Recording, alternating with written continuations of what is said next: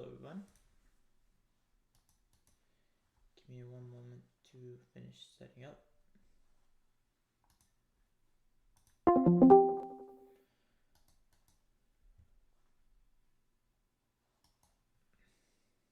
Alright, so let me go over what I'm seeing at the moment.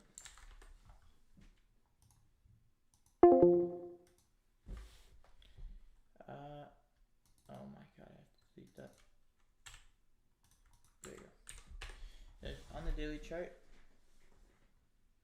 we closed higher yesterday and we traded above this Friday, July 19th up close candle. Right, so right there, that's a change in the state of delivery. Means like I'm assuming that we're gonna go higher right off the bat if I'm just looking at the previous day's candle. Right, so the price is reaching for something higher. In terms of what it could be reaching for, on the hourly chart, there are relative equal highs left from Thursday, which is the low of the daily fair value gap. Price could be reaching up into that level, into the daily fair value gap. It took out these relative equal highs, and so lots of liquidity was resting around that area, right, with that low pretending to be resistance. Now I'm suspecting that we might have a high of the day and we actually continue going lower and we don't actually come up to this fair value gap, because if I'm looking at this fair value gap and I'm expecting to have a huge move lower, well, I'm yawning, sorry about that. I'd rather not see it get filled. And actually, while the 930 does its thing and opens up, let me go to MQU 2023. So we had sort of the same thing, and it did come back and fill it. So there's nothing that, this is more what I'm looking at here. A fair value gap like this where it feels to make that higher high while the Dow did do it. I want to see some sort of wick into it. I don't really want to see it stick around the fair value gap, and I wanted to hunt lower into August.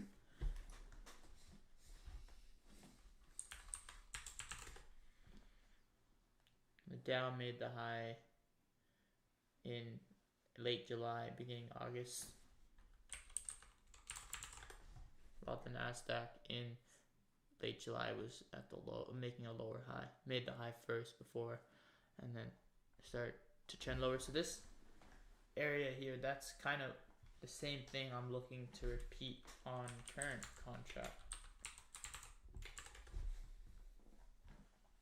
And we have a huge move lower, so I don't really want to, even get in. I would rather not even get into this fair value gap. But if it does, it can wick into it. So it's possible we target that high. The reason why I'm not too excited about running up to the buy side liquidity right now is I'm not really focusing on it. Yeah, I know it looks a bit like a market maker buy model, but I'm not really focused on price. Like I don't want to fall in love with that bias of it trading to the buy side liquidity today, just because we have this. Here, hold on, let me mark the sell side liquidity.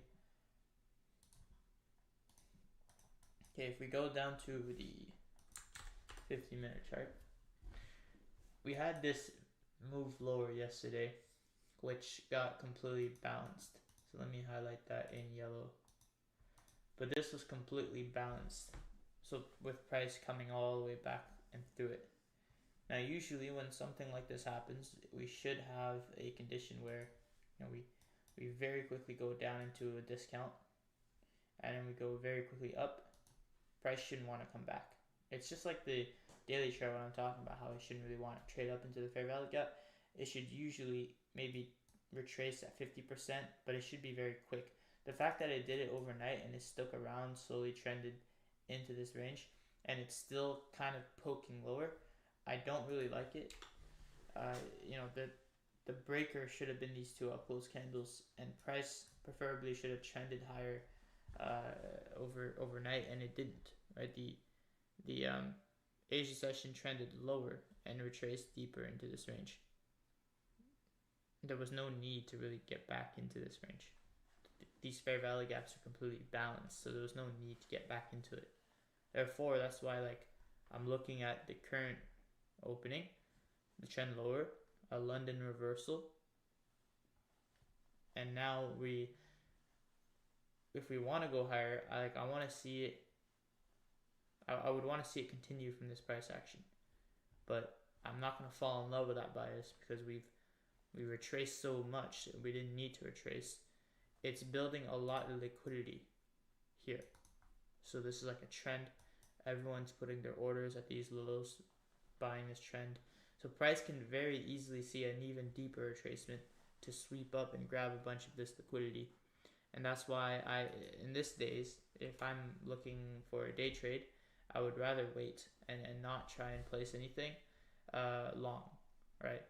We're also above the midnight open, so we could see a New York reversal. But I want to see what 930 is going to do. And that's when I go into my scalper sort of mode is, okay, I look at where's 930 open, alright, where's the liquidity. People have been making money short so far this morning at 7:30 when it reversed up here. So I want to see price make some sort of run on a certain side of liquidity, and I would target the opposing side in the 10 o'clock hour. And it seems like it might try and go higher. Don't know if it's going to come up to that buy side liquidity, but we'll see what happens.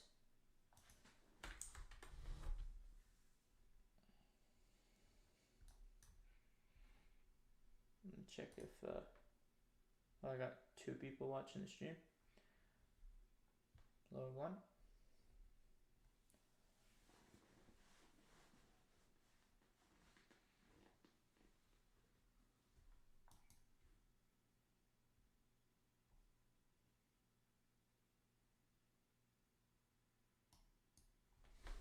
Let me know if the stream health is good, because YouTube is giving me an error sometimes. Now it says it's excellent connection, but I get this yellow highlighted message error that says that my video is not the best. When I watch it, it looks good, but let me look at it from. Give me an error. Yeah, no, it looks good. Okay, that should be fine. Hello, Andy. There's probably not many chatters today. They would have said hi by now.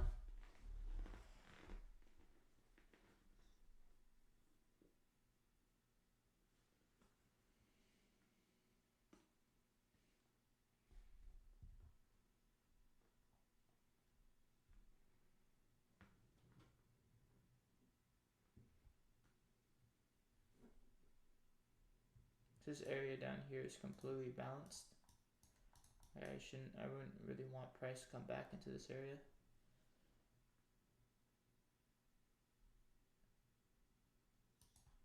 Let's see what the Dow's going lower, so not correlated yet.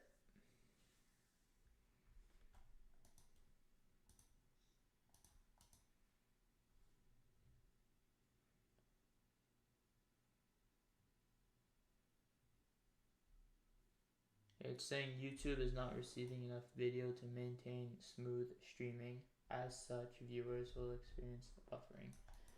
Yeah, Elon Musk needs to improve his Starlink.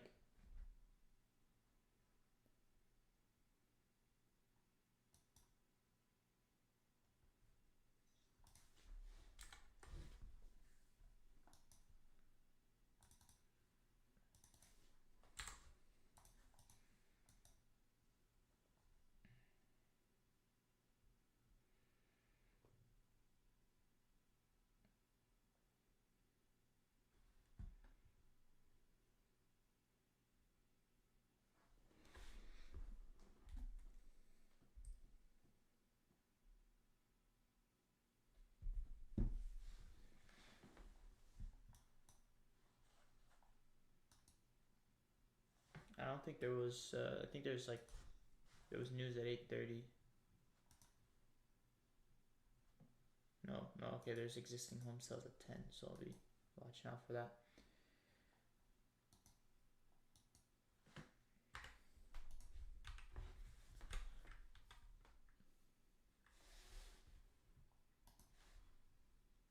So immediately with the Dow kind of going lower while the Nasdaq's going up, it's not correlated. When it does correlate, I would probably prefer the Nasdaq to actually lead higher, because when I see the Dow making the move, whatever it is, first, if it's lower and it makes it first, it's usually not going to be very good.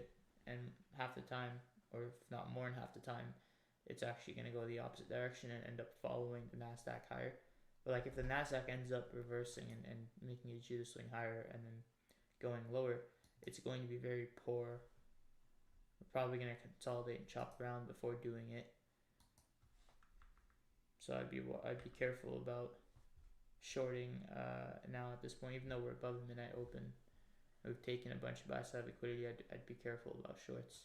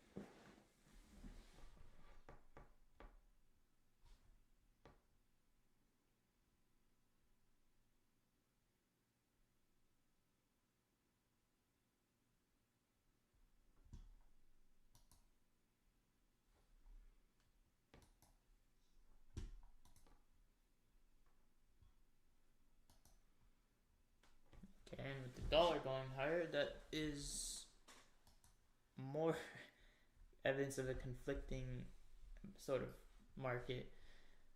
So you have the dollar, which is trending higher, going to that buy side liquidity that I marked out. We have, is it retracing or not? So with the dollar going higher, that would put bearish pressure on indices, which means that it will be harder for them to see huge moves higher during the day. But I guess what I would want to see then is the Dow retrace eventually higher than the Nasdaq and leave some sort of SMT. Just kind of like yesterday when the Dow, let me delete that. When the Dow went lower first, and then Nasdaq consolidated while the Dow retraced higher, and then it was allowed to go lower. So I would want to see, Nasdaq yesterday, instead of going as low as the Dow and then retracing as higher, like the Dow went all the way down here and it came all the way back up, and then Nasdaq went lower, because the Nasdaq's the leading market. So I want to probably look towards late 10 o'clock hour, maybe 11 o'clock hour to see better trades, maybe some manipulation at that hour. Today's probably not a day to trade the 9:30 open for a day trader. If a scalping setup offers, maybe I'll take it, but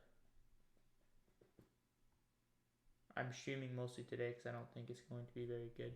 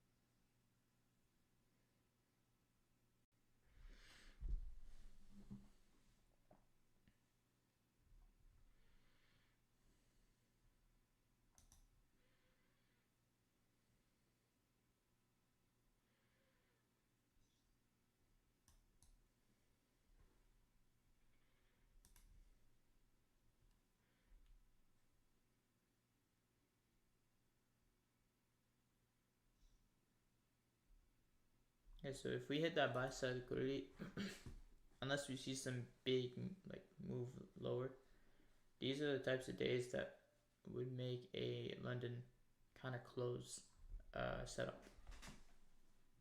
That's what I'd be expecting.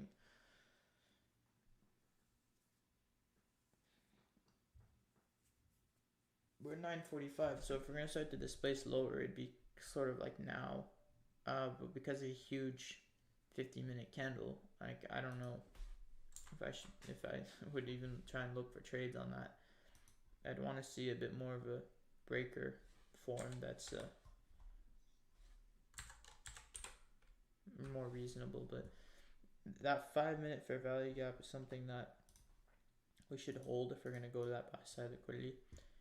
If we close beneath that, I would indicate that we were gonna fail to go to the buy side liquidity, and we're gonna go back down to these lows and visit another run lower.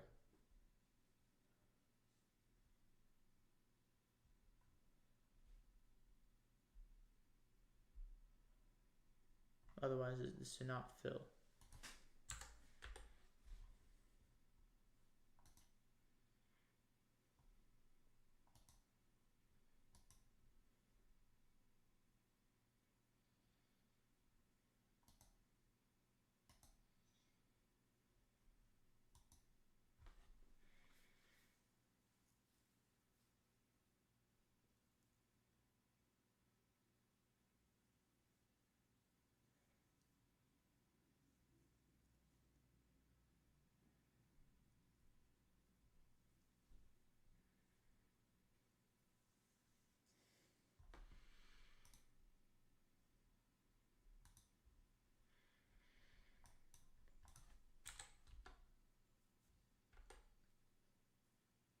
Alright, so let's see how we close around this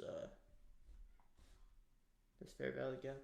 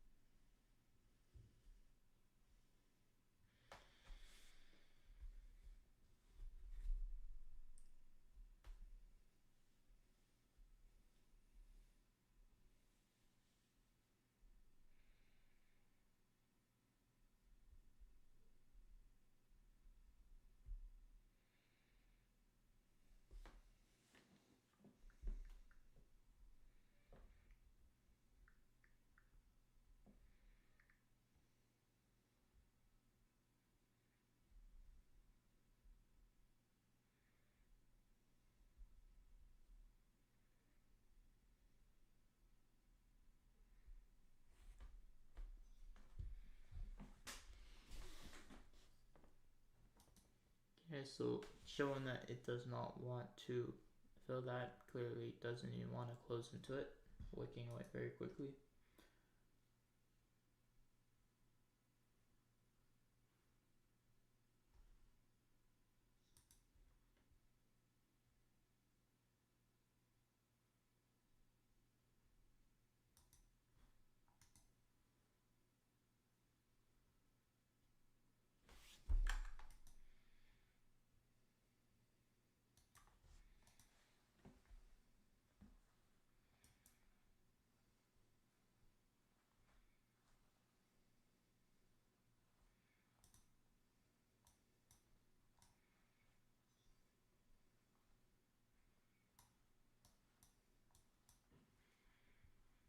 We should run up that high pretty easily here.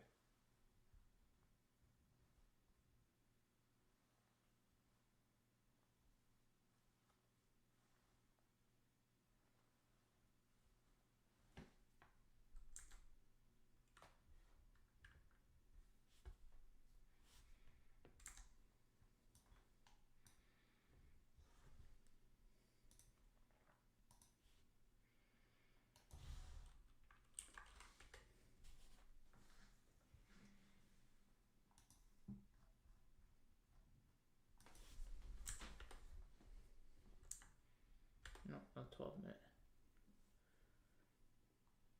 Ideally, I don't want these 1 minute candles to be closed beneath. So I wanted to continue showing higher price action. If this like something like this where we're closing beneath the candle occurs, that's a sign that we might consolidate a little bit more. But I want it to really like close above. Never mind. Okay, so it is going to close above. Looks like it just came down here trading that small fair value gap here. But we shouldn't really want to spend much time lower if we're going to go to that buy side here. And I want to see the Dow now agree and follow. Yeah, the Dow is following.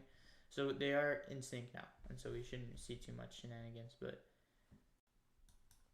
probably going to stick around until this buy side gets hit.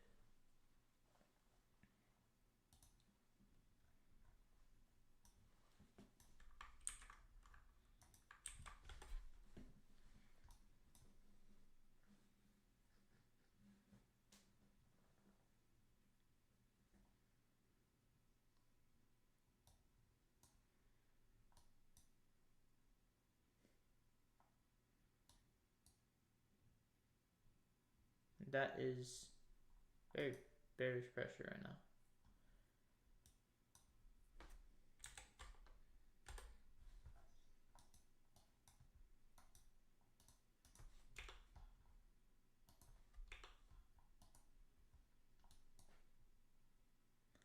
Let's remain on the higher time frame for now and just we're back into a situation where it could potentially, because it's so bearish, there's still about 3 minutes left of the candle, we could be closing beneath this fair value gap here.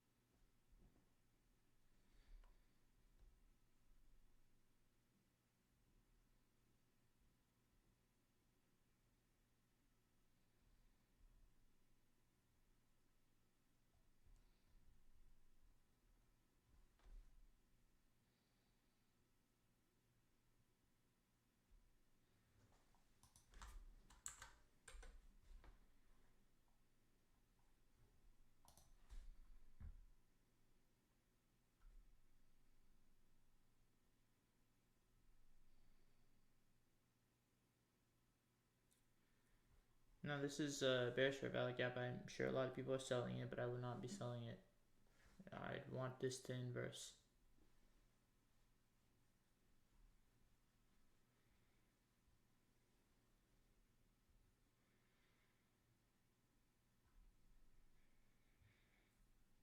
It could work for a little bit, but I would not trust lower.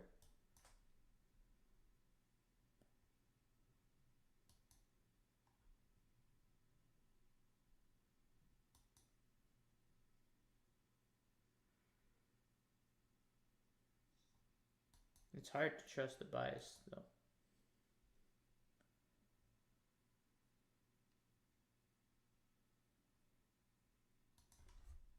And the reason I'm not trusting lower is because the Dow is lower first. So I want the Dow to retrace above these highs before the Nasdaq actually goes lower. Otherwise, it should just consolidate. See, the dollar is still pushing higher. That could be why we're seeing a bit of strength lower. Wherever the dollar is. Yeah, the dollar started to push a bit higher.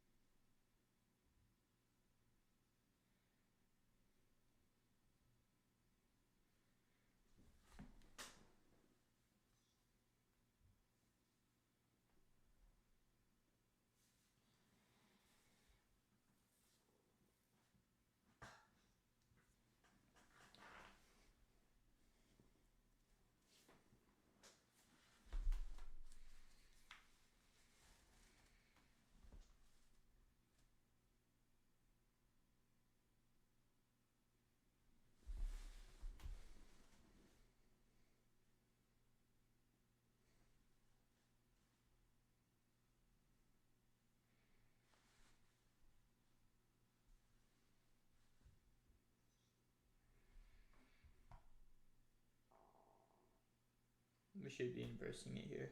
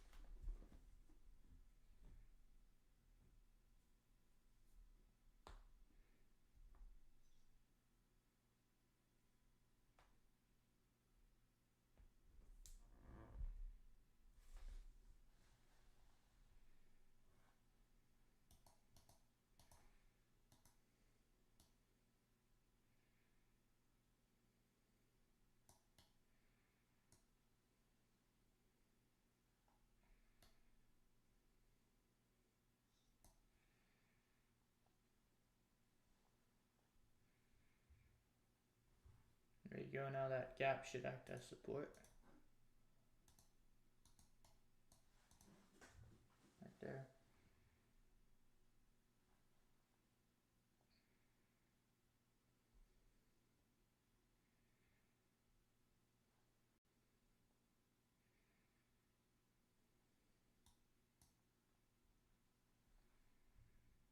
And we should see a nice run up towards that buy side. That's what I don't want to see off this inverse Fibonacci gap here.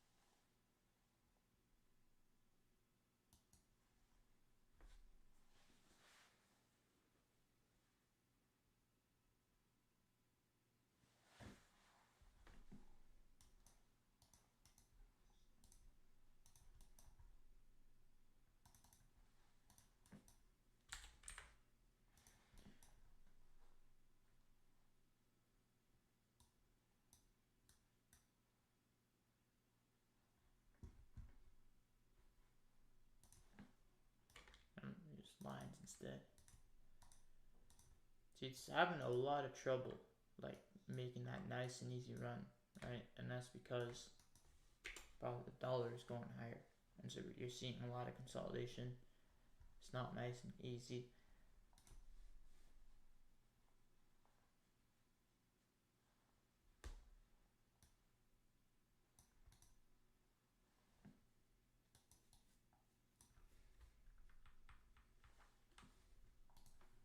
And there you go.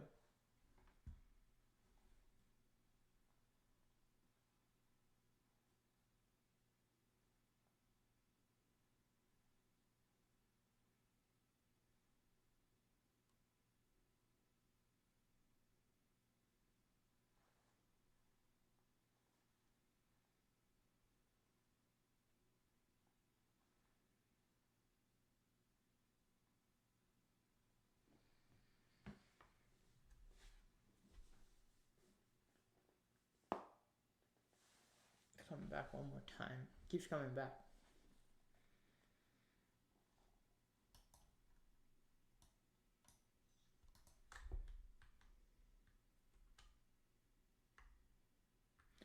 Alright, so here if the Dow continues to go higher while the Nasdaq starts to favor lower and close in beneath that 5 minute, if we end up coming down here and closing beneath that 5 minute fair value gap, you know, it would have to be in a condition where the Dow is actually trading higher towards these highs. So the Dow would need to be inversely correlated right now until you know, we see the real move lower. So we'll probably see the Nasdaq retrace a little bit to get back in sync with the Dow. But the point is that the Nasdaq will be the one leading to go lower, right? So I would wait for, first of all, this 5 minute candle to close, and then watching that Dow index like a hawk to make sure that it is indeed trading higher as the Nasdaq is going lower. And this is sort of like the money shifting out of the tech, shorting the tech into safer assets in the Dow. That's the idea behind the divergence.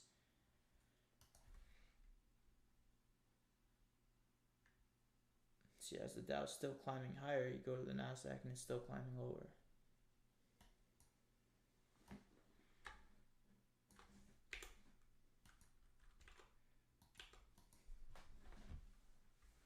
This is basically how S&T is created.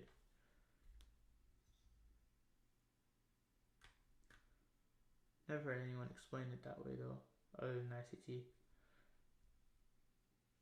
He briefly touched on it, called the Six Sister concept.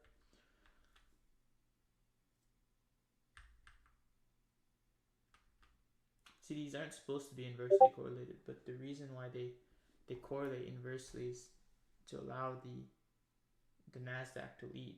If like, you know, when I woke up today and I was looking at the charts, I said at the beginning of the stream, I'm not going to fall in love with this buy side liquidity bias. Even though the previous day closed higher, I'm going to assume that we're going to go higher. I'm not going to fall in love with these biases because we retrace into this balanced price range a lot. And so the fact that we've taken already so much liquidity over up here at 19,900, where is that? 70 yesterday, you know, we could see a reversal today or more of a consolidation. So, you know, the Dow going now still higher. Now the Nasdaq's starting to retrace a little bit. I still want it to close, and that's my confirmation, closing underneath that 5 minute fair value gap. But it's retracing as the Dow is still going up, and now it's ran above its highs. This is SMT.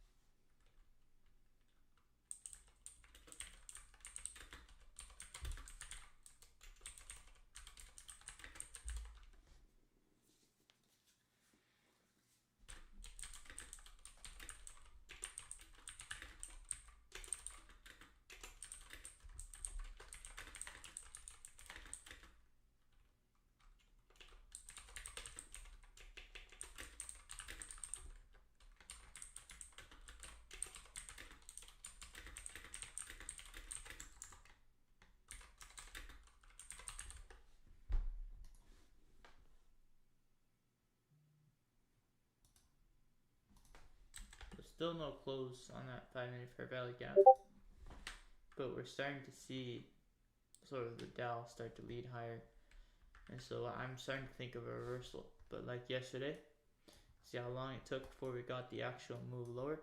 I remember up here I was shorting this move lower, and it ended up retracing. It sort of taken me out, and I would have stopped at break even if I was holding this trade. I didn't hold it obviously as a day trade, but if I was taking the trade from up here as a day trade, I would have tried to hold it, and it would have came back, stopped me at break even. It chopped around, and probably some people went long down here, and then it only made the move lower at the London close where it reversed. So I'm trying to frame the same thing here, where we're gonna probably move sideways and chop around. We may or may not trade that buy side liquidity, but the fact that the Dow is trading higher is now lining up more with the dollar trading higher, because if the Dow is trading higher, the Nasdaq is less likely to follow, and it's probably going to end up reversing and going lower, which would line up with the dollar going higher. It would create a good condition for it to go lower. The problem is you need to wait for that, right? My confirmation is that close beneath the 5-minute inverse fair value gap. If we close, that's at 932 to swing. If we close beneath that, that would be a good place to short, but I don't think it's going to happen right now. It's better to wait until, maybe it'll make a move lower, and then it'll reverse and then go higher during the lunch hour after the 11 o'clock London close.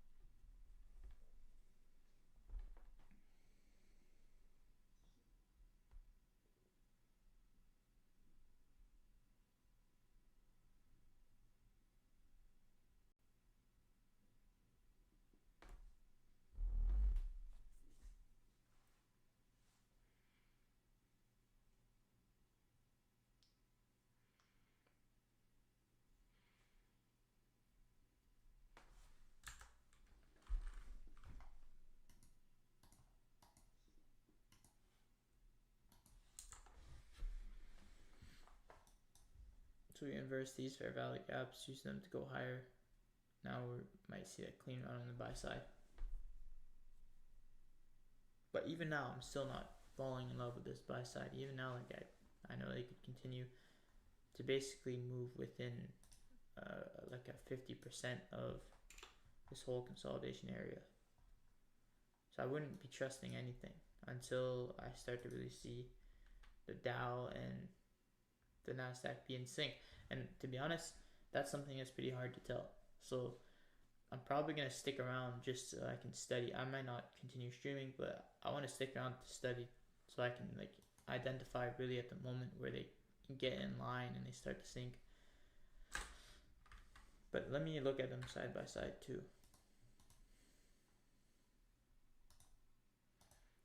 See, obviously, if you look at the regular trading hours, we open up, we go higher on the Nasdaq while the Dow, goes lower. So already it's not in sync. Oftentimes at 9:30 open, the first 10-15 minutes it won't be in sync anyway. But then you start to go lower on the Nasdaq as the Dow's going higher. And this is leaving this SMT. So we have these, from up here we have lower high, and then here we have the higher high. So I am favoring lower, right, because of this. Because the NASDAQ is the one that's failing to make the higher high, while the Dow is. It was going lower as the Dow was going higher. This is money coming out of safe assets into risk assets, divergence, and cracking the correlation. So the leading market should now be going lower, which is the NASDAQ. So I would be looking to go lower on the NASDAQ. It's the one that made the lower low. And I want to study these candles and see them sort of keep up with each other. NASDAQ can always be a bit more violent, but the Dow at bottom line should follow.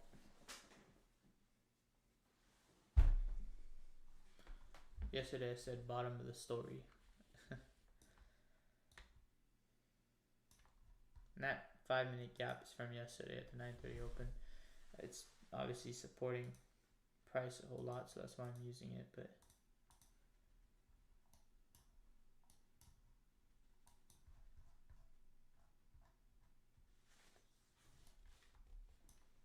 it's harder to see it, how it's supporting price outside the regular trading hours though.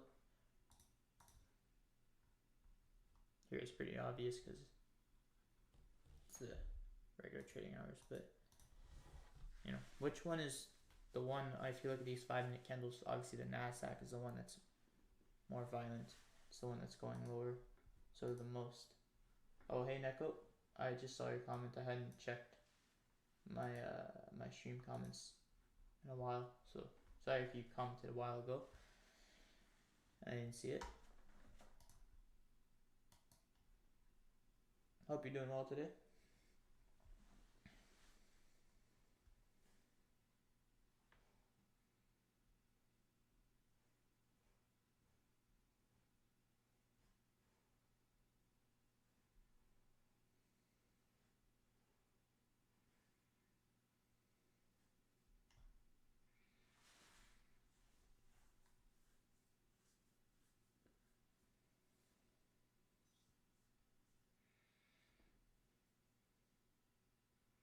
It's very hard to like find a good place to short here, because over here you might have thought, okay, this is the fair value gap to short, and then over here you might have thought, okay, this is the one to short, and then here you might think, okay, now maybe I can inverse this gap. But you know, from a higher time frame perspective, you see that we're still being supported by this 5-minute fair value gap, and so just wait till we close beneath that and wait to see the Dow agree and start following the NASDAQ. The moving is great so far. I mean, I have my room all set up. I need to get a new wardrobe because my closet's a lot smaller, so I need to have somewhere else to store clothes. But other than that, the internet is good.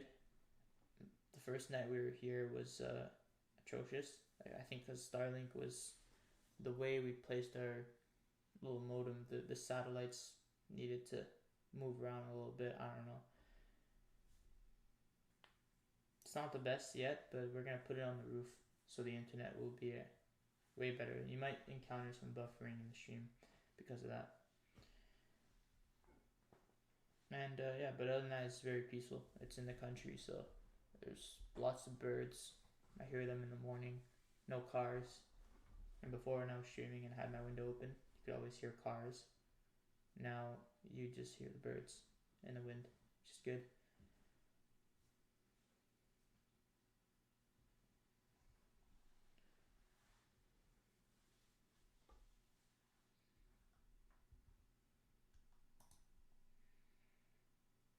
What's not moving though is the markets.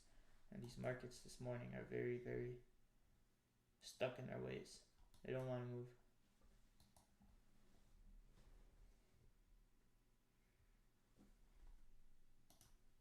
Let's check what the dollar's doing. And wow, the dollar is falling. Hello Ben, how you doing?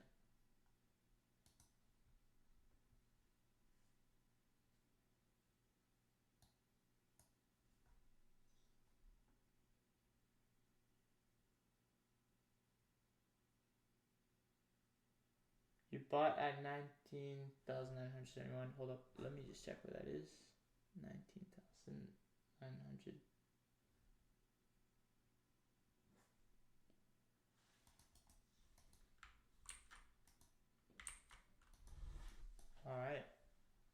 hopefully it works out.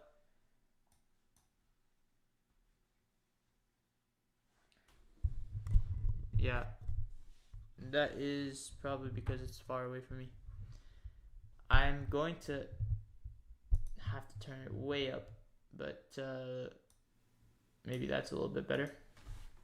Let me know. Alright, Neko said, can I ask what you use to backtest? FX Replay doesn't have an adjust or contract change option. I never really backtested heavily. I mean, I used FX Replay sometimes, and to my knowledge, I mean, you don't really need the contract change. I don't know, like it's just a contract over contract month. So I guess when you're looking at the daily chart and the weekly chart, it's gonna change what you're actually seeing if you're using the individual contracts. Because I think if you go to like NQ1, yeah, that should be better. Yeah. So yeah, if you go to the daily chart, you're probably talking about the B adjust. So I'm not the best. I'm sure maybe there's somewhere you could probably find like some free apps that will let you use trade replay, like the replay for free, where you can backtest at the highest level. But I never really backtest much. I always forward test, and I did a lot of that studying price action instead of backtesting. But I would be careful, Ben, about your long. Wait, what do you think? We going higher? I'm looking for equal highs in 1 hour. Yeah, like this morning. So I'm gonna give you my opinion because you asked for it. But I don't want to discourage you out of your long or anything. I do have a bias to, yesterday I started out by saying that, we closed higher. And so I'm assuming that we're going to continue to trade higher. And it could have a market maker buy model to the relative equal highs. The only thing is because of the lack of news today, and because yesterday we've kind of retraced and we spent too long in this balanced price range. It's sort of giving me the impression we have lackluster price action. So for today, at least, I'm not falling in love with that buy side liquidity. Preferably, like what I'd like to see is whatever happens today, tomorrow is the day where I'd want to see a reversal or an expansion, an acceleration towards the higher buy side liquidity. And then that's when I would really look to want to trade. Because other than that, we're above midnight open. We're in a premium. And so I don't really like to look for longs up here for a day trade. For a scalper, like, sure, we could find a whole lot of scalps. But as you can see, if you're in your long right now, it might work. It's just a lot of consolidation. And, all these down moves aren't usually occurring in fast markets. And the dollar is supposed to be also going higher. It has to draw the buy side liquidity up here, but it hit this high there, so it might retrace a little bit. But it's still mostly the hourly candles bullish. So you're also trading in the direction the dollar is going in, which is making it lower probability, or just harder conditions. More high resistance. And then even worse, the Dow is going higher. Before the Nasdaq is, you see the Dow made a new high above its 7 a.m. highs, and it's making those new highs before the Nasdaq is. Which, if the Nasdaq isn't leading, oftentimes it's choppy. It's going to be very hard. So I mean, it could still be a good trade. You got in at a very low price, so you're probably comfortable seeing it chop around up here. But yeah, I don't know if it's the best quality trade, but it's a good entry for sure.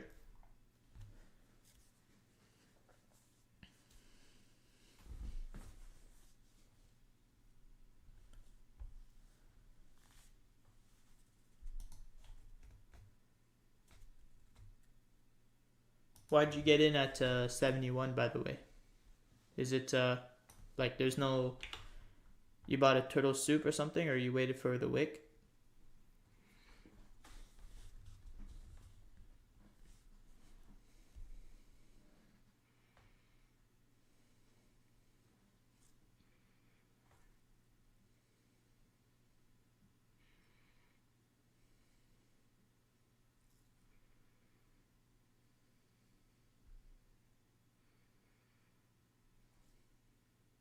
Nice.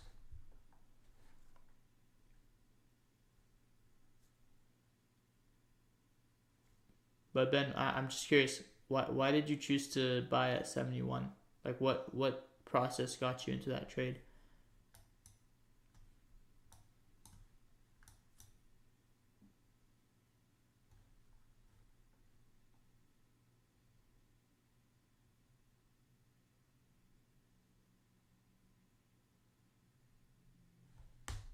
Okay, nice turtle soup and by the wick. Yeah, it's good.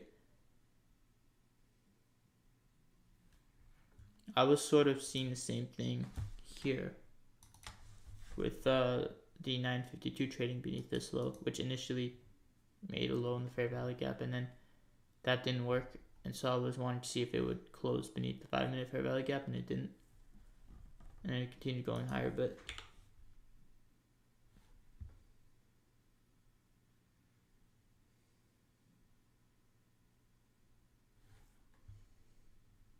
yeah, true, there is not much reason to go lower other than the dollar going higher. I mean, you could put bearish pressure, but it should just mean bigger retracement, more consolidation.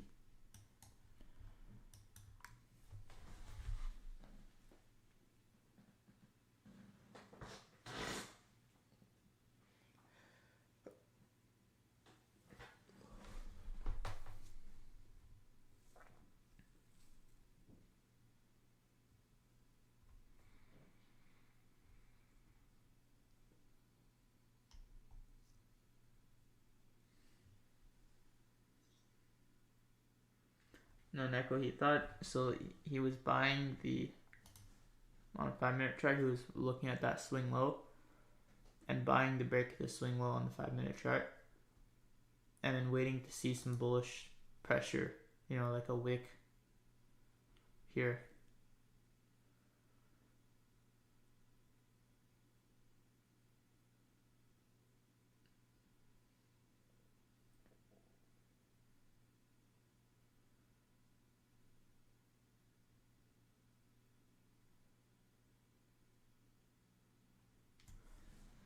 Yeah, the 930 had a nice move higher.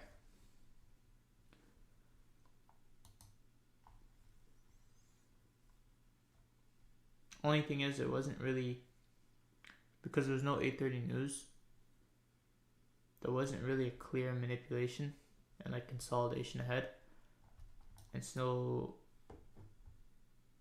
the for me, like the best time to trade today would have been London, trading that reversal. This is the second stage continuation, but because of the conditions the dollar is in and the Dow, it's just really poor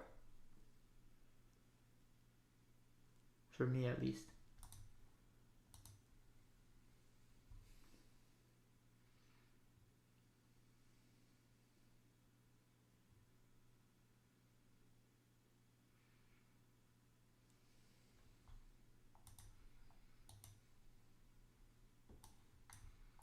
There's daily SMT with the ES. Oh, you're talking about that.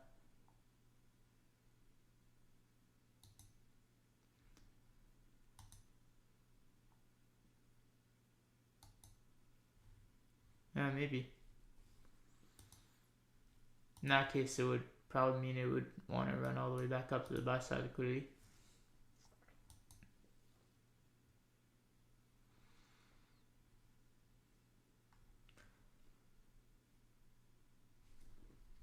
If that's the case, though, that would be trading against the seasonal tendency, which means that we would go, if it does go higher, it would go even higher to like way above 20, way above the all-time high.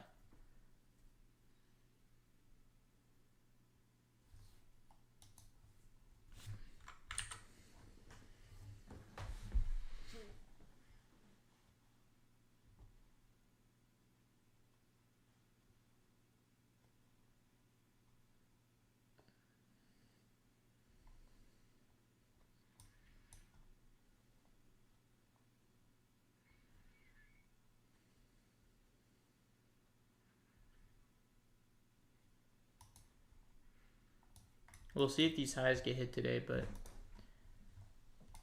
I'd be surprised if they get hit today, to be honest. I'd rather tomorrow.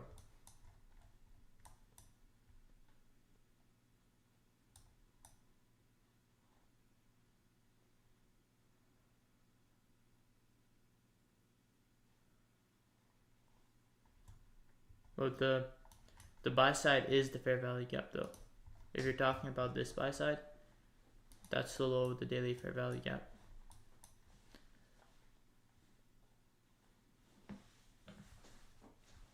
I'd love for it to go up there. It's just that the Dow is going higher first, and it's clearly more. No, wait, hold on. Actually, now it's sort of lacking. Yeah, okay, we could see more moves higher. Therefore, I wouldn't trust any shorts. As long as the Dow continues to follow, then we're good.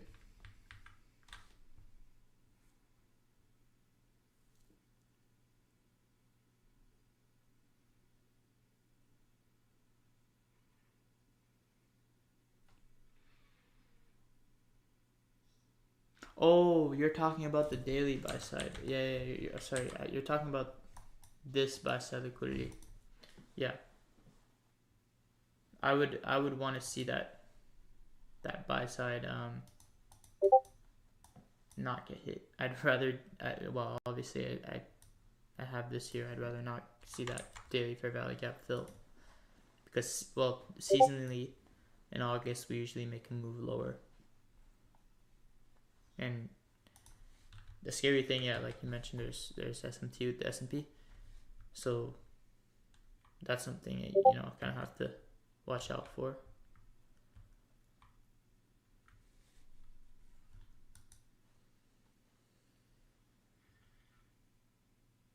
Tanjo was short. That's no surprise.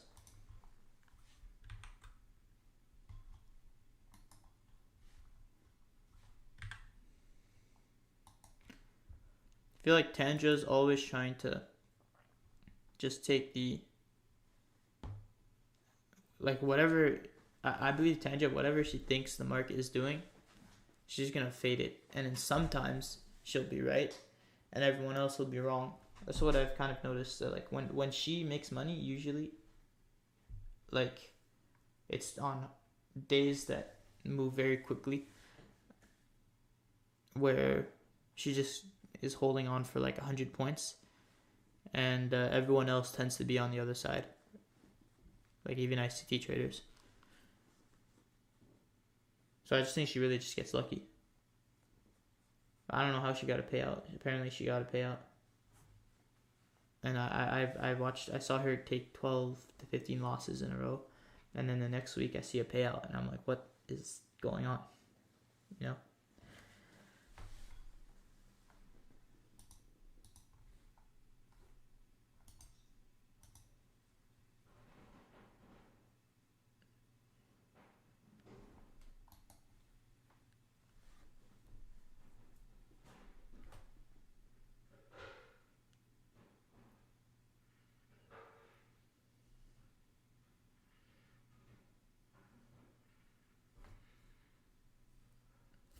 Here's my thing with the longs. Like, longing from 9:30 open would have been really nice, but that's really good timing at the 71.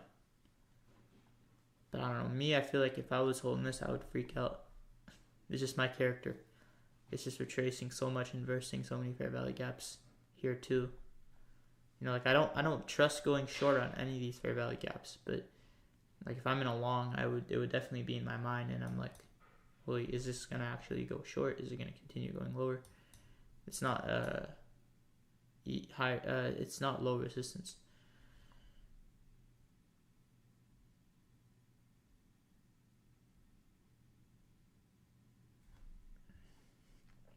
I think she gets lucky as well. She just gets money off of affiliate. Yeah, that's affiliate links, like with who does she use? I think it's Apex or Top Step. I don't know. What really pisses me off though is that she gets interviews. Like Ninja Trader, the platform. It's like TradingView, but their own platform. You know, they do these streams every once in a while where they bring people on, and some of these people are like 40 years old. Like they're older. They've been in the actual industry a lot longer, and they have good things to say. But then sometimes she comes on and she talks in these platforms, and I'm like, she just takes 12 losses in a row, and she goes on to this big stream, and he's interviewing her about, you know, how she trades and stuff, and it's just like, oh my god, it's just ridiculous. Like, but you know, it is what it is.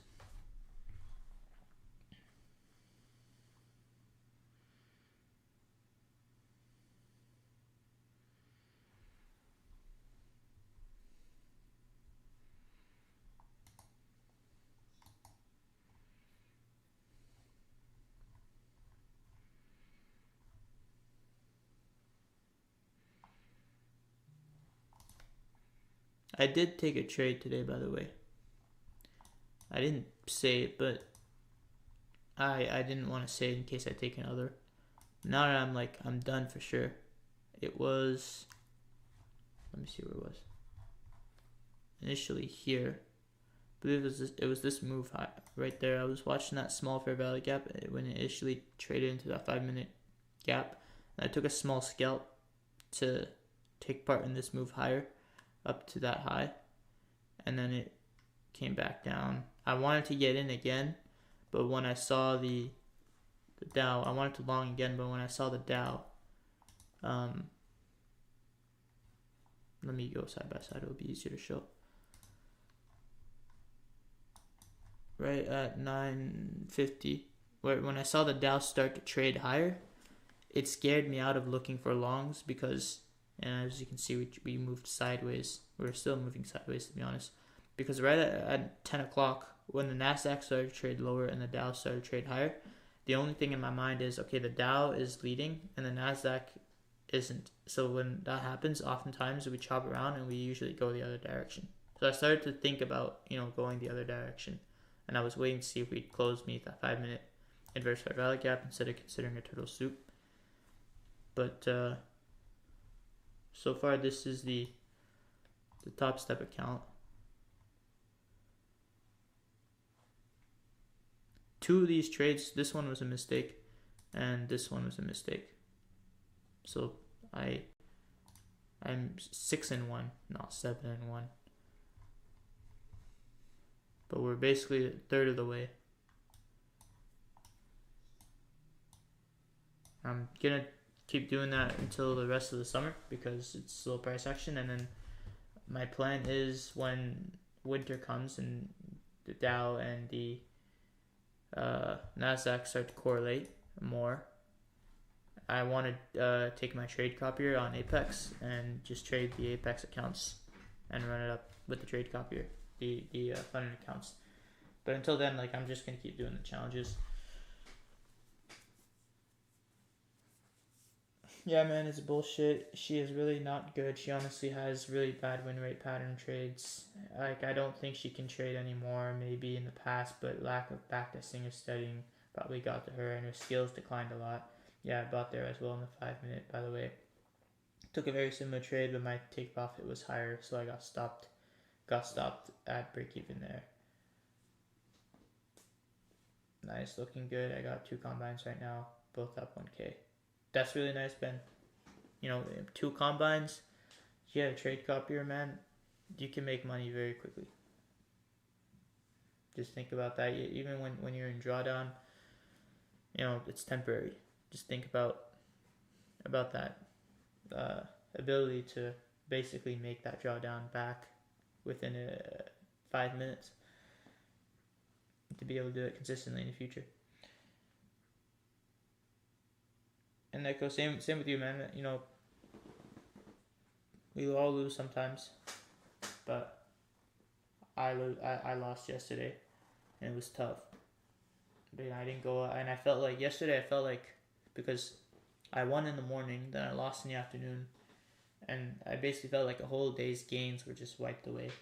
and I waited and I saw a better setup and I took it. But I did feel yesterday like over leveraging. I did feel like, trading above my means, but I didn't because I knew that that's exactly why in the past I would lose accounts.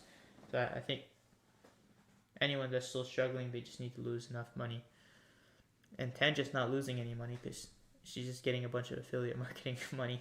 I think what really happened to Tanja is just she started getting a bunch of attention, and she's more of a streamer and YouTuber. If you go to her channel, I mean, you can tell by looking at ICT's channel, by looking at my channel, and similar channels like mine, and then by looking at Tanja's channel and all these other gurus.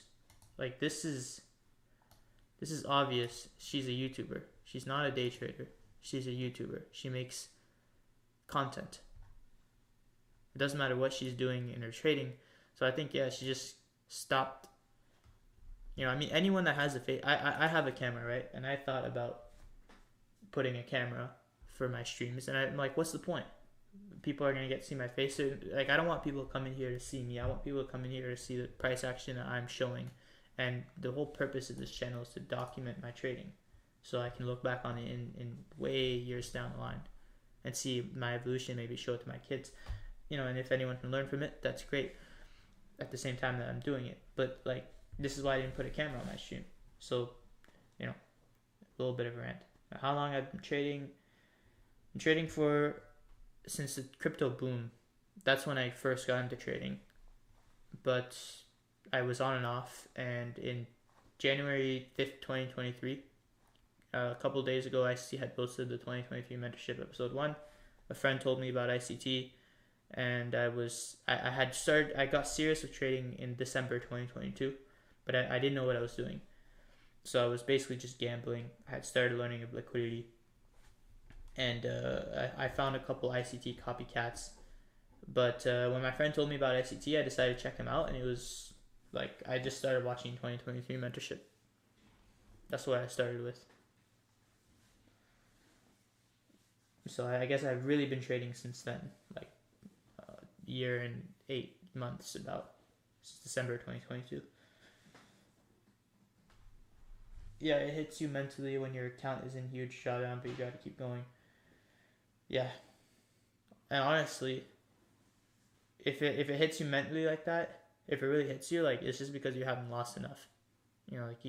You'll never know when to stop doing things until you get it wrong, right? Like, if as a kid you don't touch burning stoves because you probably got burned by it before, or something hot, and so it creates this fear, and you need to almost fear that you're gonna lose your account if you keep going, in order to actually respect those rules.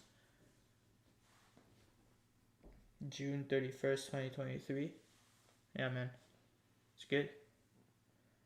Were you trading anything else before, or is that when you started to trade? Like, you first decided you wanted to trade? Or were you like, I know some people were, I don't know, support resistance traders before ICT or something like that. I remember before ICT, this is who I was learning from. This is probably the biggest guru there is. But I don't think he does videos anymore. No, he still does. This guy.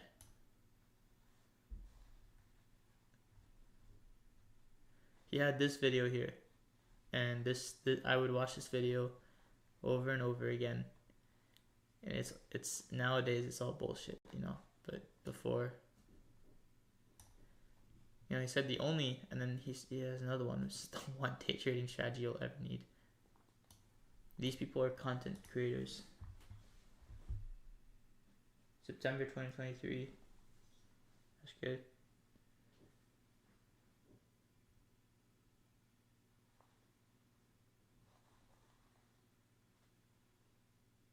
Oh, your bro is a trader?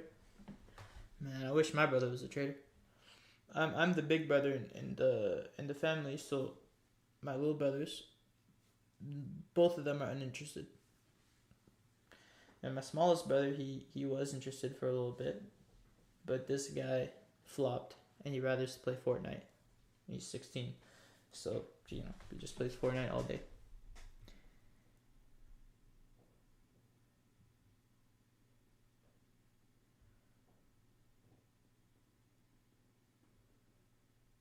Which one had 22 million views? What?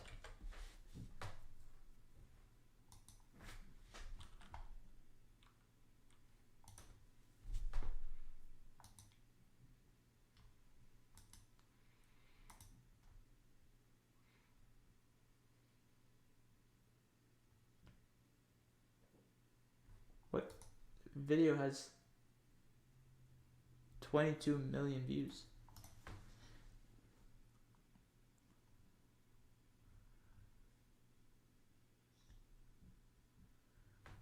And if you go to his most popular videos, it's all 2022. There's like almost no 2023. This is crazy. 2023 is the best mentorship.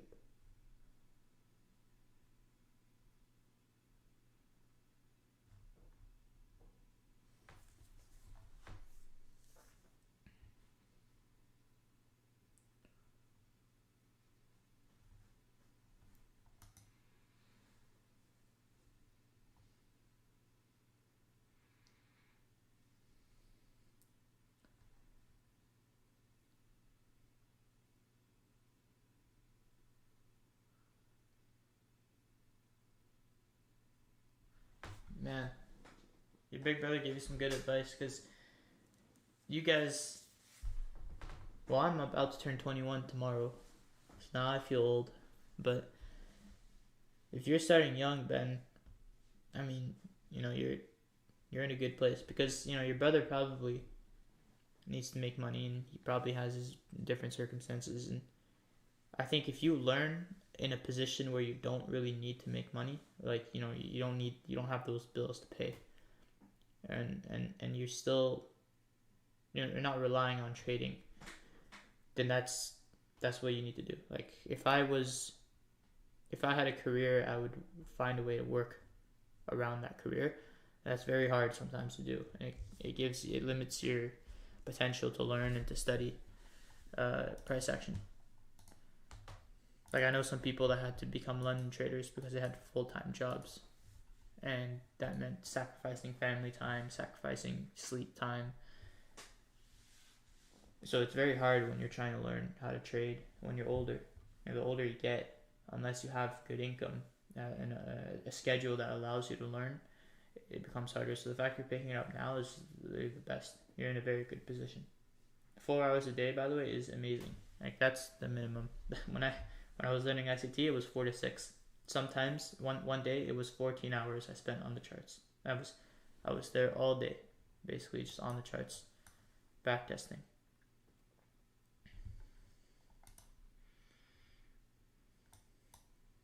So okay, we're probably gonna inverse that 5-minute fair value gap here. I mean, we almost inversed it. That would kind of be the confirmation to go lower, and the Dow should be following. Yeah, so it's behind, it's lagging behind, which is good. So now we should be seeing a clean run lower.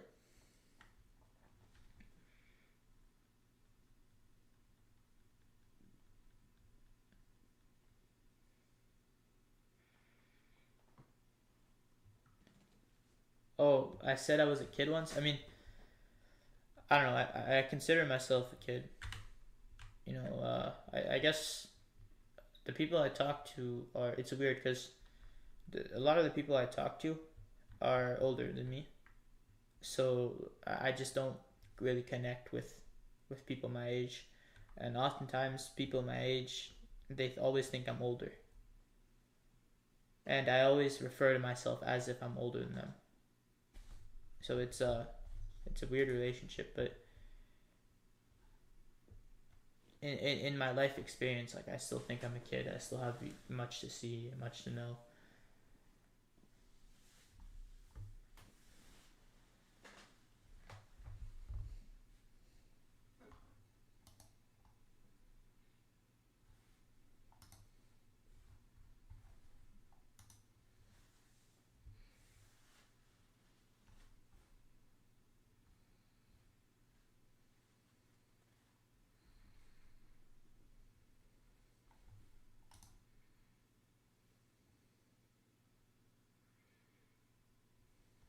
Got to account break even with big partials. It's good. Congratulations.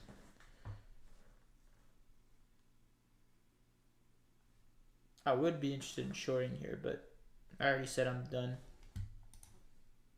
But that would have worked out pretty well.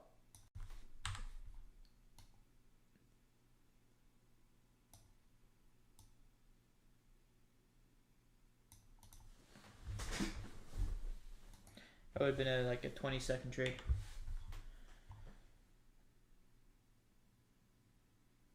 I am going into university, so I took a couple years off to learn to trade, and now I found an online university. So I'm trying to get a career in becoming a flight attendant. So basically, I can get paid to travel the world. That's my goal. I'm going through the phases of all the different interview processes. I just did my language assessment. But in October, I'm starting online school and going into quantum physics. It's gonna be probably we'll do it part-time, so it's gonna be maybe a 5-year program, 5-6 years, unless I decide I can do it full-time. But it's completely online, which means I can do it wherever I am in the world. It's good. Lines up with trading and my flight attendant job.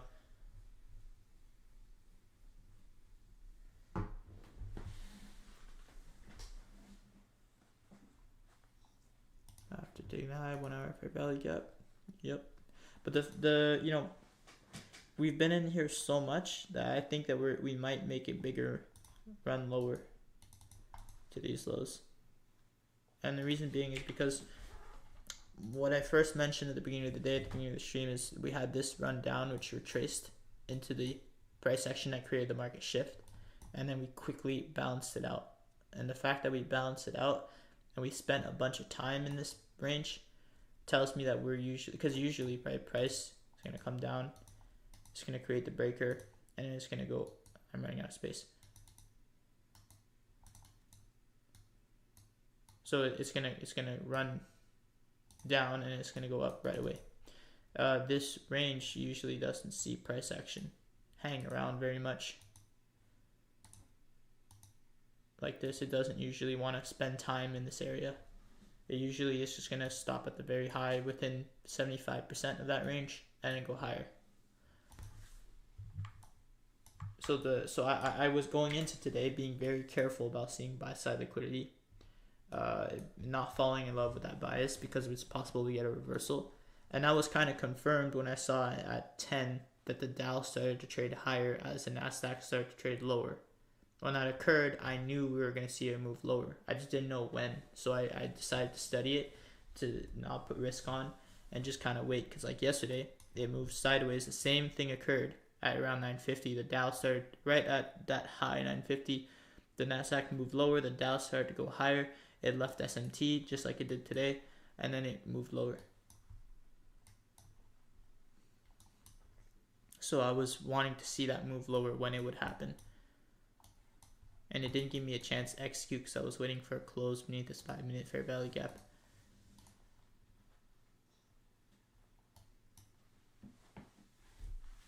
Message retracted.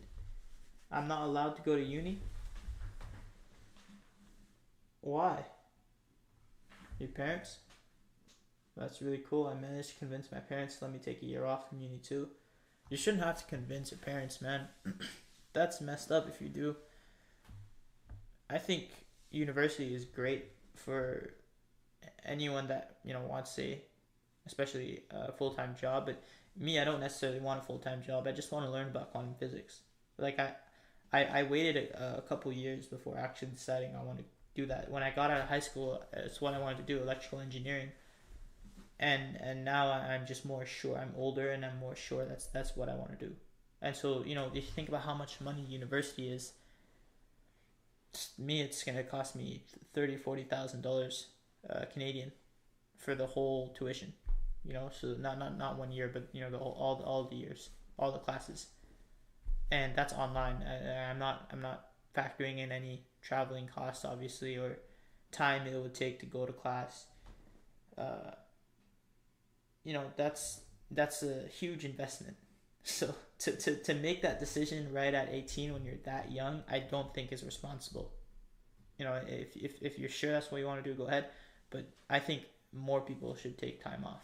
Like wait till they're 20, 21, till they're more mature and they have more life experience. Because building skills in workplaces, being able to sell, being able to convince people, to have good customer service, to be able to deal with people, that is a skill that's so valuable that you don't just learn from going to university. But having that work experience is much more valuable than a university degree. So, you know, it teaches you about yourself too. It is what it is, man. My parents are old schooled. Yeah, unfortunate. I wouldn't be like that with my kids, but you know, the thing is, before you could just go to university. It didn't matter what degree you had, and you could get a really good job, and then be able to have a house and a car and a family. If you want to do that nowadays, you need a business. Like it's very very hard to just live off one job. You need to have some sort of business, some sort of investment, you know, some sort of income that generates that would beat inflation, because inflation is so high and the cost of goods are so high that it's extremely hard nowadays to survive with the same amount of income that you had back in the day. Because like if you look at how much the minimum wage has grown and how much the wages of real jobs have grown, the minimum wage grown extremely fast. And I talk to business owners, people that own stores. If they could pay people less, they would. A lot of people can't afford to pay minimum wage in Canada and the United States. So, you know, you have to really be careful with where you want to go in, because it matters more now than it did before. You either rely on credit or increased productivity. Exactly. And you know, it's not a. I'm not. I don't want to bash people that rely on credit. I mean, some people are homeless. Some people live in their cars, and if that's what they're happy doing, that's great. And some people want to just live on credit their whole lives and work their whole life. But you know, other people want time to do other things. Like I want time to travel the world. That's why I'm trading. Not trading to be rich. I'm just trading to be free. Almost, you know, have that freedom that wouldn't be available from just a job.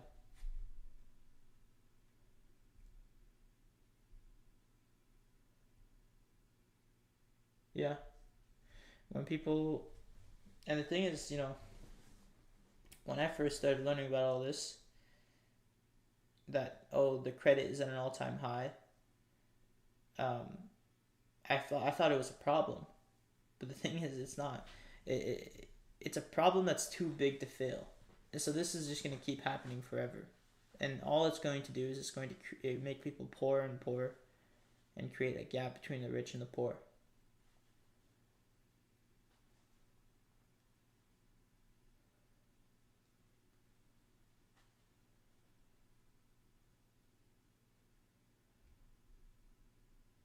Here it's almost free, huh?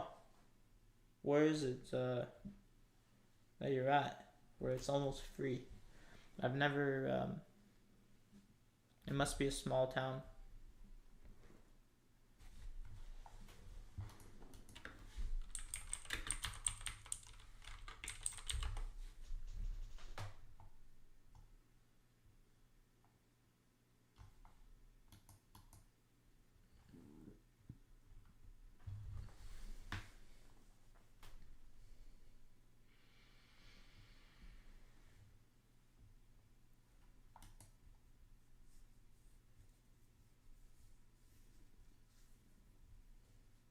Really, Germany is fun. Wow. Now that is something I really fuck with. Is if you invest in education, it's the best investment you can make as a country. That's insane. They can't pay completely. I mean, I've seen like UPS, for example, say they would pay a portion if you work their crazy hours. It's just like 4 hour shifts, but like at 3 a.m. UPS is a shipping service, but that's insane.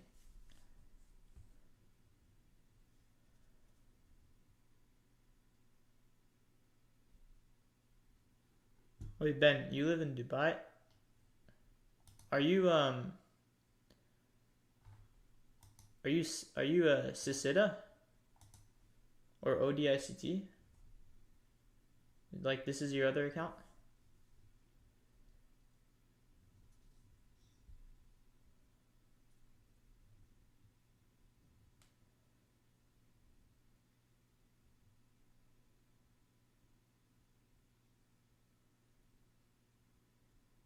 $250?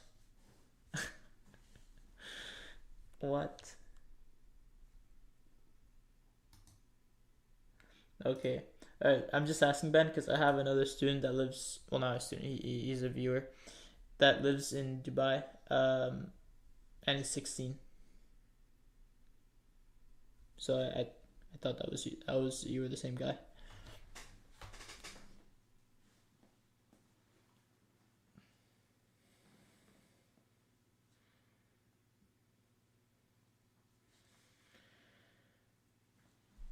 Yeah.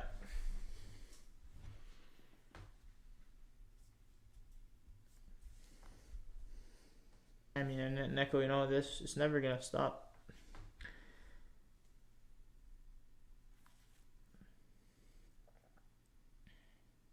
I had there's people that say it's a productivity problem. The thing is, what's happening here is eventually going to happen everywhere. It's not that it's a productivity problem. Some could argue it is, but there's the thing is productivity can only reach a certain point where you can't really be more productive.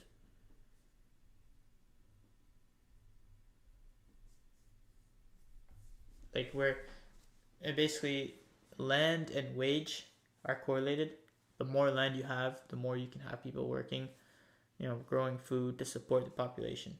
And so when you want to support a certain city, you need a certain acres of land somewhere in the world in order to support those people. So if you have a bunch of rich people that want to eat meat and dress nicely and live in big homes, you need a lot of land to support them. The problem is that the human population may not grow fast enough to support that want and luxuries, the want and a higher standard of living. So it's harder and harder for you to be able to find productive people. It is a bit of a productivity problem, but the thing is productivity can only grow at so fast compared to the population of humans. So in the United States, when you have a bunch of people that want to be rich and they're industrious, and what happens is you stop producing domestically and you go to look at other countries which have a higher birth rate, which have more people and have more land and a weaker currency, so you can pay them less and they can produce things for less and they can produce more of it for the want and the higher standard of living.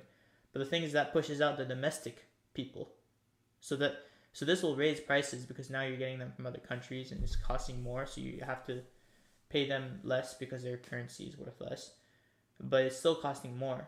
And so it pushes out all the strong domestic, local jobs. Because look at America, and they don't import much. I mean, they import, but they export a lot more. No, sorry, they export a lot less than they import. So they import everything, and they have this deficit, this trade deficit, which usually is a bad thing. But because everyone wants the United States dollar, they're able to do that. And it's like that because no one there is producing, since they switched all the foreign producers. So no one there is making a lot of money. That's why the minimum wage is rising higher than the wage of actual jobs that are skilled. There's not much incentive to get a skilled job and to make a lot of money in that sort of work, because there is not much money to be made since we're getting everything abroad from other countries. And that's pushing down the prices. Sorry, that's pushing up the prices because there's just little supply, because all the rich are basically hurting everything and just buying up what they can, while the poor are stuck with low income not being able to keep up with these prices. But inflation isn't necessarily a bad thing. It's just that is the wage growth able to support the current inflation? And it's not. Wait, so you would think Russia would be a long-term wealthy country? Wait, hold on. What? I never said that. Not gonna lie, when you start watching the markets, it's like such a chore, but slowly you find it so fun. Yeah, I do. It's really fun. Watch. Well, sometimes it's boring, but it'll get there. It'll get fun eventually. Like what sitting through that consolidation was a little bit boring, but it was worth it to watch that move lower. Ray Dalio's, yes, I've read his book, but I don't. The thing is, right now, I don't know if I completely agree with what his stance is. See, initially I did, and I read his book, and it made a lot of sense. But I think the United States is too big to fail.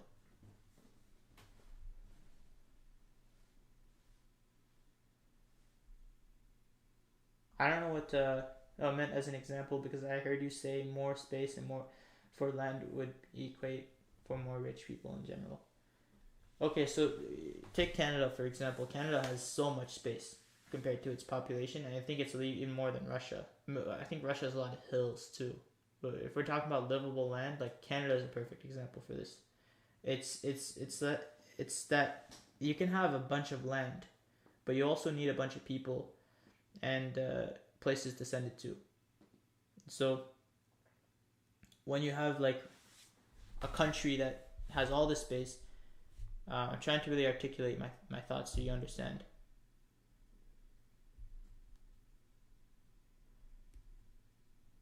But okay, yeah, sorry. Generally, yeah, it's the more land you have, the more food you can grow. Because Russia is a bunch of hills. It's not really like that. Like if you go to the maps and you look at Russia, even though they have a bunch of land, most of it's hills. All the cities are like at the edge. There's nothing really here. It's maybe I go to terrain.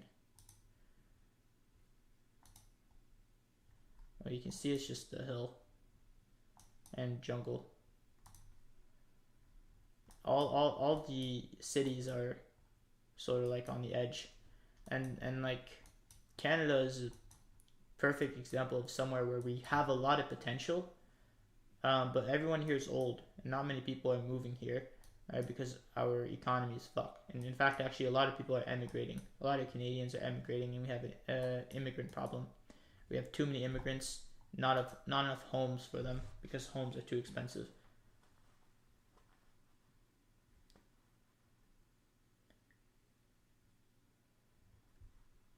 $300 million arable land.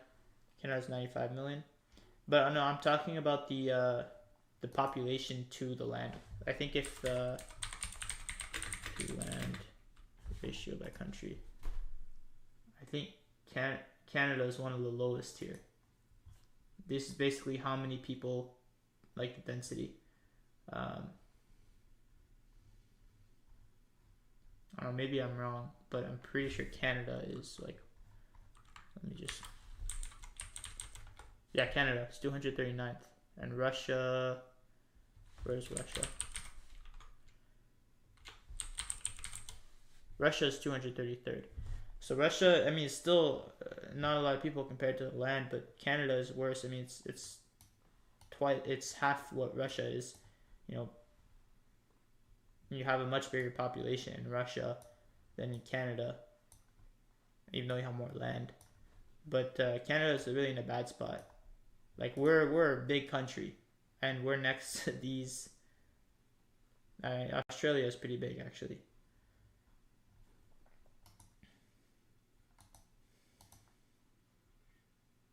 Oh, I'm not even showing it. Hold on. Yeah, if you go on Wikipedia and you look at the density, you have the lowest. You got Canada. Let me just search it up. Whatever, you can search it up. You'll see Canada is 233rd, and Russia is something like, I don't remember, but Russia is a little bit above. Let's see what else you guys asked. What do you mean you think the US is too big to fail? Okay, so USA has the most at 360 million. Yeah. Okay, so the United States, by it being too big to fail, I mean that what would happen with I've talked about this many times, and I want to really try and make it short and understandable, because you know you might have to look more resources. But after you're done with Ray Dalio, move on to Brent Johnson. He will talk about the milkshake theory very well, and what that theory is entailing is that you have the United States, which has the U.S. Oh my God, I thought it was using the crayon. You have the United States, which is using the U.S. dollar as their currency, or represents the U.S. dollar. And all these other countries want to use the U.S. dollar to do trade. It's like gold, right? So China uses it to do trade. You have Europe. Let's do Russia. And then we'll do India. And like the Middle East. Now, some of these countries, like China, Middle East, India, Russia, are sort of moving away from the US dollar. They're trying to. And they're trying to use something else. They're even creating their BRICS nation. The problem is that Europe is $50 trillion in debt. Europe's a good example, but other countries are too. But Europe has the most debt, $50 trillion in debt to other countries in the United States. So you're creating this this chain now of loans and assets and liabilities between these countries, where Europe, owes China a certain amount of trillions of US dollars. They owe India a little bit. They might owe Middle East a little bit. Right, so it's creating all these chains. To break that chain, you need the new currency. Let's say this is the BRICS currency. You need the new currency to be willing to get into as much trade deficit as the US dollar is, which means that they would need to peg it to the United States dollar. Think about when we went from a gold standard to the US dollar standard. When we were at a gold standard, before we took off the gold standard, we pegged the United States dollar to the gold. And we said, you know what, this many United States dollars is worth this much gold. So people held United States dollars because it was worth gold and it was easier to hold and to do transactions with. The problem is that everyone wanted it. So everyone started hoarding it. And then they started to create their own currencies pegged to the United States dollar, right? The euro, the rubles, well, that was there before. But basically everything started to be worth what the United States dollar was. And so the United States was in a position where they had the ability to print more than they actually had, which is what they did. And if they had stayed on the gold standard, they would have went bankrupt. But this is why they took off the gold standard. They completely removed it. At the time, they said it was temporary, and it still isn't back to a gold standard because there's too many dollars in the economy and not enough gold. So to go back to gold standard, you need to destroy money. You need to have people around the world, not just the United States, lose homes. A lot of countries would lose power for a little bit.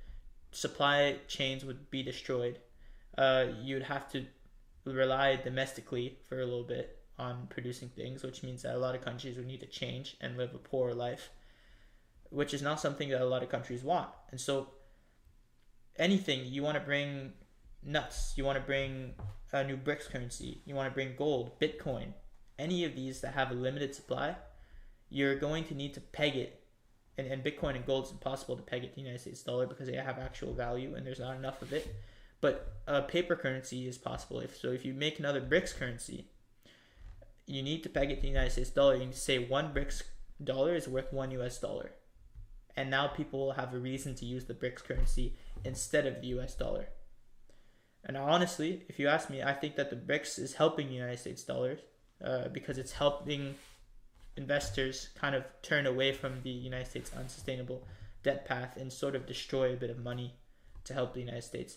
But the last line of defense, if somehow the BRICS manage to, first they need to talk about doing this. They need to talk about devaluing their currency as much as the US dollar. China needs to talk about devaluing the yen as much as the US dollar. Well, not really devaluing it, but they need to peg it to the United States dollar. They need to adopt the United States dollar in their economy and peg it to the yen. Once they do that, if anyone's talking about that, which they aren't, then we can start to see, okay, maybe, it is going to change. Maybe the United States dollar is going to fall. But until countries start to do that, then it's not going to fall. It's impossible for it to fall. So let's just say though, we live in a world where a country does come out and say, you know what, this many of our currency is worth this many US dollars. What's going to happen is, you're going to have a lot of volatility in euro markets. A lot of people are going to want to pay off US debts, and maybe they're going to go to this other currency, and it might create uncertainty and volatility into the markets. If somehow they can come to an understanding and a settlement, and countries can actually want to use that dollar because they think it's safer for whatever reason, then you would get you would have the United States Army in the way. You'd have to deal with the Army of the United States. You'd have to deal with NATO and the United States, which is the most powerful army in the world. They have the most mobile army in the world. Just the fact that they can get resources from one end to the other the fastest makes them dominant. So you're not going to beat them. No country, even together, is going to be able to beat NATO. So you'd have this war that would be created. And I don't think any of these countries want to do that until they're desperate enough to get off of US dollars. And then that's when we would have a World War III. But I don't see countries desperate enough to go away from US dollars. I can see them start to think about it. I can see them maybe start to make attempts for it, because they're getting to that point where they're about to become desperate. But I believe that, during Trump, if this is going to happen, it's going to be during Trump's turn, because he's going to put tariffs. He's going to make things very hard for other countries. So if it's going to happen, it's going to be in the next 4 years. And you're going to see countries get very, very desperate to the point where there's this peace in the world, but it's held by this authority by the United States, where they're going to have to do something about it, or then they're going to end up in total dominance and poverty by the United States. The problem also is, in my opinion, that the dollar isn't based on any standard, while the BRICS are basing their currency on actual valuable metals. That is a problem, yeah, because there's, you're going to have the same thing. The BRICS is just going to eventually go off the gold standard, because then they're going to print more dollars than they actually have gold. Well, now a lot of things is based on trade now. The US dollar is 55% of the global reserve, which is falling rapidly. For example, Saudi oil being bought, other currencies, several only $1. Yeah, that's true. But you also have to think of it like this. This is a really good argument that I don't hear many people make, but let me delete all that stuff. Did I delete buy side liquidity? Oh no. Alright, like this. If you have your US dollars and you're buying oil, what is that oil priced in? The futures contract for oil is priced in dollars. Everyone's trading oil in dollars. Now, they may be using another currency to be the medium of exchange. For example, if Russia has a bunch of yen, they may be using those yen to buy oil from China, and those yens are useful in China. But just because they're using another currency, you have to look at, what would Russia be doing with those yens? They can't spend it in their economy. Only China can do that. So the reason everyone wants US dollars is because they can spend it with other countries. Therefore, what's going to happen is you're going to see that people are going to trade yens in a certain currency that's worth the United States dollar. So if, let's say, they buy oil for 1,000 yen, they're actually buying oil for a certain amount of US dollars, because oil is priced in US dollars. And so they can always convert these yens to US dollars. Now, obviously, when I say that, they're doing this, it may be to start these trading relationships in case they ever need to go off the US dollar. But that is only going to happen if they're insanely desperate. Just because they're using some other currency to trade amongst each other, it does not mean that the US dollar is gonna go. It's certainly an attempt or a move towards it, but it doesn't always mean that it's gonna that this move is happening for sure. So I would keep that in mind, and I would continue to watch as countries get more and more dependent on the United States. The euro markets every day get more and more dependent on the United States. I would watch those BRICS and see if they ever talk about devaluing or getting into as much trade deficit as the United States is. If they say that, hey, we're gonna get into a bunch of trade deficit as much as the dollar, then I would believe that, okay, maybe they can start to switch over to the dollar. Slowly it will be replaced. Also, the economic state of the U.S. is declining. Inflation, cost of living, people getting ruined, and economic growth is low. The problem with that is inflation. The cost of that doesn't really matter. The inflation in the United States eyes is good, and so if Donald Trump says when he was president there was no inflation. He says there's no inflation. The Fed should be printing money and setting rates to zero.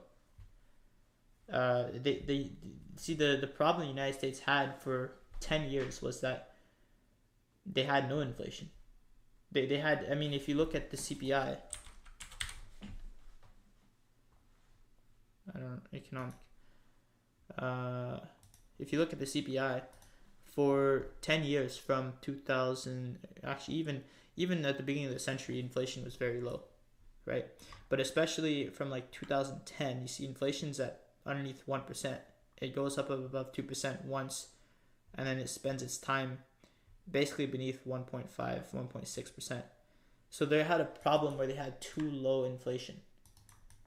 Inflation's high now because COVID happened, and they were able to get, the inflationary scenario they were looking for with unemployment and inflation going up, because that allowed them to raise the rates. And when they raised these rates, they weren't able to raise them before because there was no inflation. But once they got inflation, now they're able to have high rates, and that is making the US dollar more attractive. So you're going to see that as long as these rates stay high, the US dollar will be attractive. I mean, getting 5.5% a year, that beats inflation in the United States, and other countries are going to be buying these up very quickly. Like, it's also going to make these other currencies worse. It's going to devalue these other currencies, and it's going to strengthen the US dollar. So as long as these rates stay high, which they will, you're going to see that the dollar is just going to get stronger and stronger. And as for economic growth, I mean, this is economic growth. The rates being higher with inflation, it might not be good economic growth, but it's still economic growth. I would say it's not necessarily bad economic growth, but it's unsound economic growth. It's not sound. It's definitely not sound. It's in a bubble. But is that bubble ever going to pop? That's the thing when I say it's too big to fail, is that you have this situation where people want a higher standard of living. There's not enough productivity to meet that standard. So you get a gap between the rich and the poor. That creates inflation because everyone starts to live off credit. And now the government steps in and prints money. And because they're the reserve currency of the world, they can print as much of it as they want. And the only way that countries can ever come off of the dollar is by first pegging their currency to the United States, getting to as much trade deficit, which no one is talking about doing right now, and then they would have to win a war against the United States, because the United States is not going to give up the reserve currency status that easily. So I think people being poor, sustained by government, is the future. The gap, it's going to get harder and harder to be rich, and there's going to be more and more poor people. But you have to think, is that necessarily a problem? Like, is it really a problem? Most people, honestly, like to be poor. Most people don't really want to be rich. I mean, they win the lottery and they end up spending all of it. And they know if they had a lot of money, they would just spend all of it. High inflation really damages the average Joe. I agree. I mean, but the average Joe is going to be harder and harder for him to make that living. But the only people that can really change and do something about it is the people in the United States, the people inside the country, by standing up to not really the government, but the Federal Reserve, the people that print the money, control the supply of money, and ending the Federal Reserve. Until that happens, until people start to realize what they're doing, it's not gonna change. The United States, it's not other countries that will stop the United States from becoming a dominant power unless they go to war. And I don't believe anyone can win a war against the United States. It's sad reality, and what I think will happen is not the best thing. It's definitely pessimistic. It's I don't like the United States actually because of this, but it is what it is.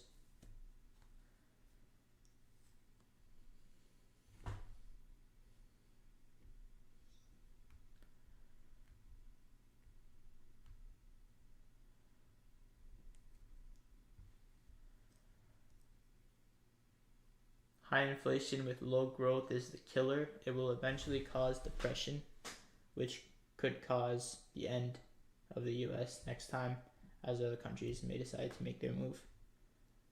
Yeah, I mean, I agree. But the thing is that when countries decide to make their move, I don't think that they'll be able to win. That's the thing here. And if they do lose, you're gonna have this scenario where you're gonna have high inflation and poor people, which have no way out.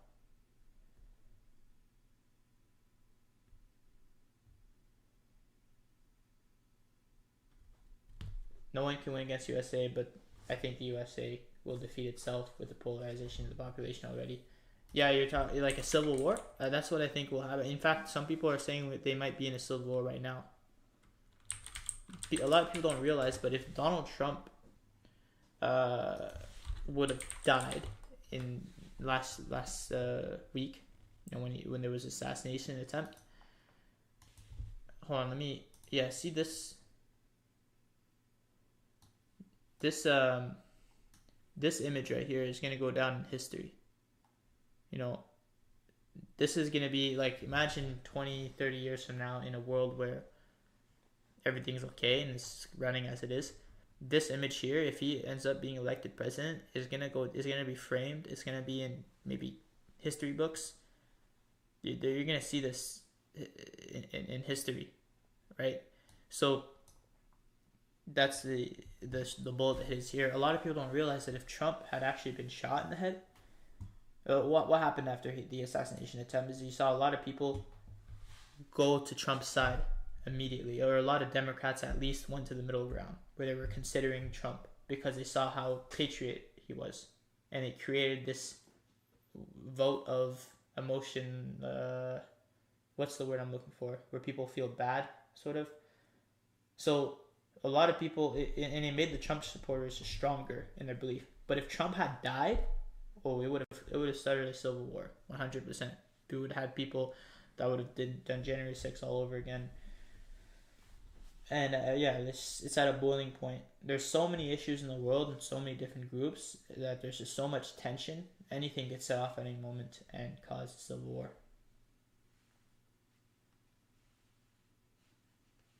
No one can. Wait, what are you talking about? Musk, Peterson, and many influential people.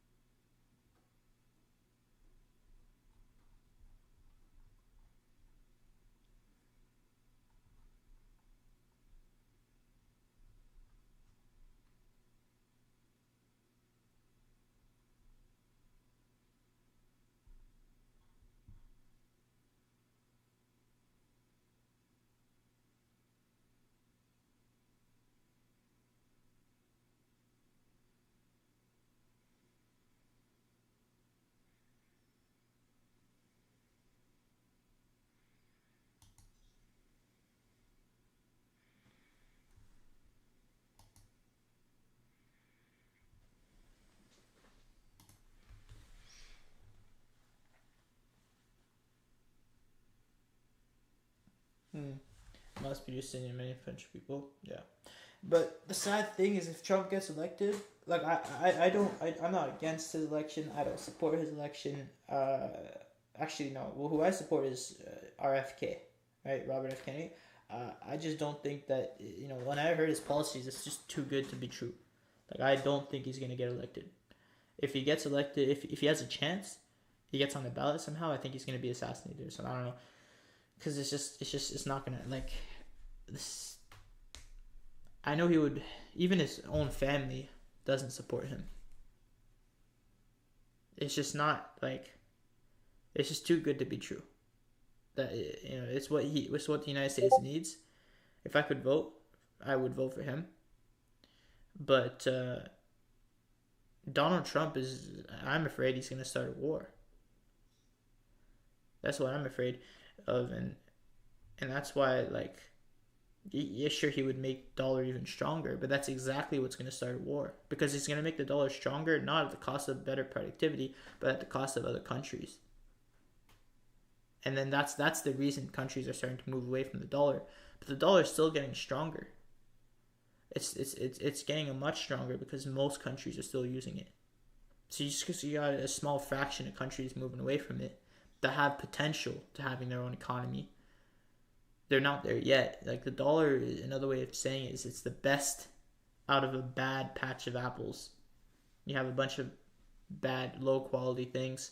The dollar's the best out of all those things. I'm probably gonna end the stream in about 15 minutes or so, because I gotta get a haircut. My birthday tomorrow, so I decided to get a haircut. I usually get them all done on my own, and it's usually not always the best, but very just simple haircuts. But I decided to go get one, and then I'm gonna be studying the rest of the day at the library.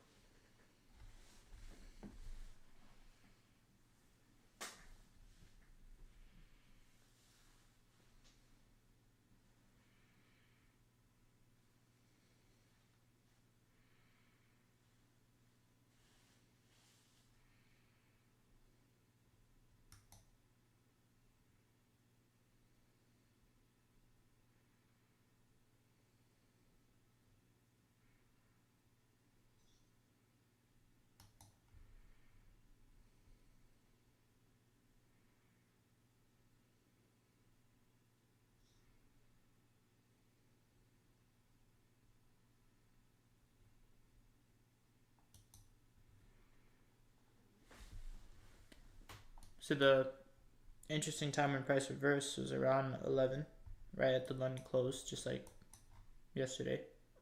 You had about 11, you had this move lower and reverse at around 11. And you compare it side by side, the Dow is still not at the high yet. These are the types of very slow market conditions that demand patience. Like even though you made money here, you could have made money here, it was very slow. And this the nice move, the one move of the day, which was super super nice, lower and higher, happened at 10:30, like way after. And these are the types of conditions in the summer where the Dow and the Nasdaq are not in sync, that they'll take time to get in sync, and when they do get into sync, it's just going to be a lot slower.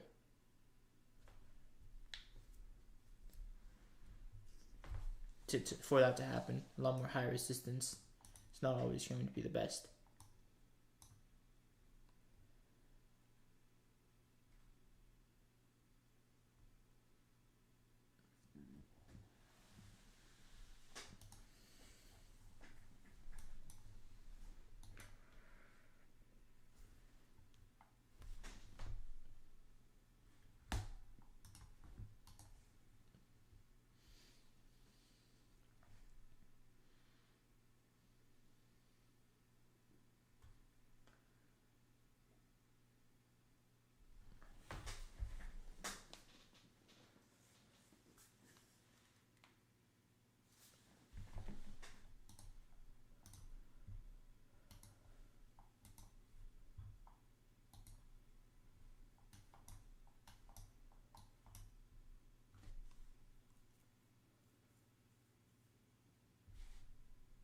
Alright.